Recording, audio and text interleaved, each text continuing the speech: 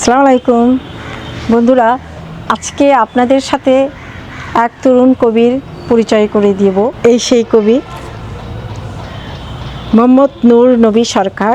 নির্বাক শুধুই চেয়ে এই বইটি লিখেছেন মোহাম্মদ নূর নবী সরকার এবং বইটি আমাকে উৎসর্গ করেছেন।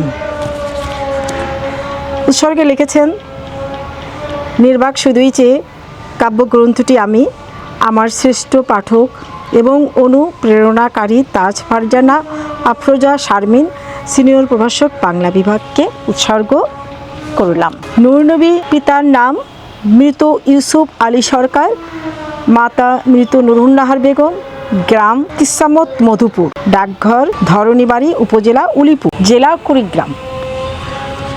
যাই হোক, এখানে আমার একটা কবিতা আছে, আমাকে নিয়েও একটা কবিতা লেখা হয়েছে, ফারজানা তুমি। এখানে প্রায় ৮০টি কবিতা আছে এবং কয়েকটি গীতিকাব্য আছে। কবিতাগুলো অধিকাংশই মাত্রাবৃত্ত ছন্দ, স্বরবৃত্ত ছন্দে রচিত আর কি। কবিতাগুলোর মান খুব ভালো। আমার কবিতাটাও আমি পড়ে শোনাবো আর কি। আমি এখানে এখানে আর একটু আমাকে কৃতজ্ঞতা স্বীকার করেছে। দেখা যাক কৃতজ্ঞতা স্বীকারে কি লিখেছেন নূর নবী। এখানে লিখেছেন, বিশেষ একজনের কথা না বললেই নয়, যিনি আমার প্রতিটি কবিতা অত্যন্ত মনোযোগের সাথে হৃদয়ে ধারণ করেছেন এবং আমার এই ক্ষুদ্র প্রতিভাকে সম্মান জানিয়েছেন, যার নাম তাজ ফারজানা আফরোজা শারমিন সিনিয়র প্রভাষক বাংলা বিভাগ। তার স্নেহ ও ভালোবাসার ঋণ কখনো শোধ করার মতো নয়।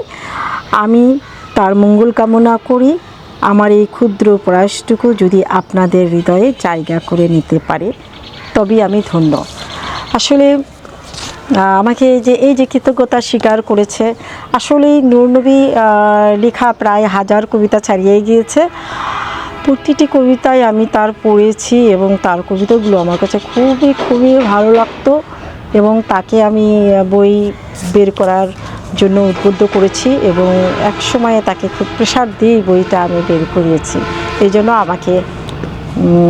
আমাকে বইটা আর কি উৎসর্গ করেছে। আর আমাকেও খুব ভালো লেগেছে। আপনাদের সাথে এই নূর নবী তরুণ কবিকে পরিচয় করে দিলাম। আশা করি বইটি আপনারাও পড়বেন। বাজারে পাওয়া যাচ্ছে বইটি। থ্যাংক ইউ, ধন্যবাদ।